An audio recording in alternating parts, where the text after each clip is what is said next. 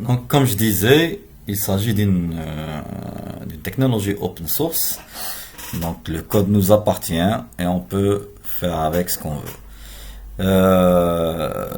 Cette série vient, je pense, dans une période assez critique et justement beaucoup d'entre nous restent à la maison et beaucoup d'entre nous réfléchissent à se réinventer, peut-être à refaire le site de l'entreprise, à lancer une nouvelle activité et ainsi de suite.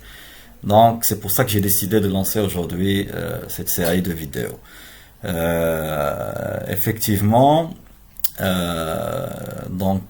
moi, au cours de mes formations présentielles, on voit un peu certains aspects de WordPress, mais on se concentre pas dessus parce qu'on voit beaucoup d'éléments en digital marketing et on essaie de voir le maximum de choses possibles. Sur cette série, on va vraiment se concentrer sur WordPress et je vais aussi la dédier à toutes les personnes qui ont déjà assisté sur les différentes sessions que j'ai pu animer jusqu'à maintenant, qui m'ont beaucoup demandé cette série et là on a le temps de le faire. Donc, premièrement, il faut faire la différence entre WordPress.org et WordPress.com.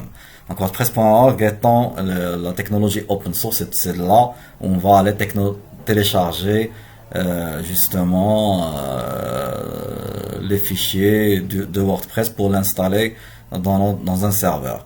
Par contre, WordPress.com va nous proposer de créer des sites internet en ligne, dans le cloud, dans leur serveur.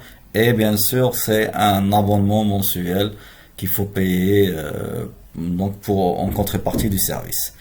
Donc justement, restez avec moi, on va voir tout de suite comment on installe WordPress. À tout de suite.